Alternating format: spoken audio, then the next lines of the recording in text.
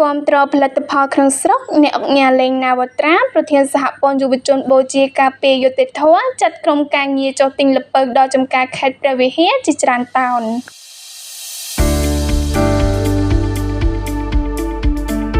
ក្រោយពីសម្ដេចធិបតីហ៊ុនម៉ាណែតអំពាវនាវឲ្យជំរុញការគាំទ្រផលិតផលក្នុងស្រុកដើម្បីបង្កើនទីផ្សារដល់កសិករអ្នកអង្គការលេងណាវត្រាប្រធានសហព័ន្ធយុវជនបូជាការពារយុត្តិធម៌បានណែនាំក្រុមការងារចុះដល់ទីតាំងចំការល្ពៅរបស់កសិករខ្មែរ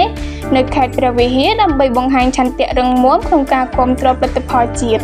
ក្រុមការងារសហព័ន្ធយុវជនបូជាការពារយុត្តិធម៌បានចុះទៅដល់ទីតាំងចំការរបស់ប្រជាកសិករតែម្ដងដើម្បីប្រមូលទិញល្ពៅជាច្រើនតោនសម្រាប់ចែកជូនប្រជាពលរដ្ឋតាមខេត្តផ្សេងទៀតពិសេសនោះជូនដល់បងប្អូនប្រជាពលរដ្ឋជនភៀសសឹកពីបន្ទាត់ព្រំដែនកម្ពុជាថៃដែលកំពុងស្នាក់នៅវត្តពោធិ៍5000ដើមស្រុកគូលែនខេត្តព្រះវិហារតាមរយៈសកម្មភាពរបស់សហព័ន្ធយុវជនបូជាការពារយុត្តិធម៌នាពេលនេះបង្ហាញឲ្យឃើញពីកាយវិការប្រកបដោយសប្បុរសធម៌ក្នុងស្មារតីគាំទ្រផលិតផលក្នុងស្រុករបស់យើងផងគាំទ្រដល់បងប្អូនជាជនភៀសសឹកផងក្នុងគ្រាប្រទេសកំពុងបញ្ហាប្រឈមជាមួយប្រទេសជិតខាង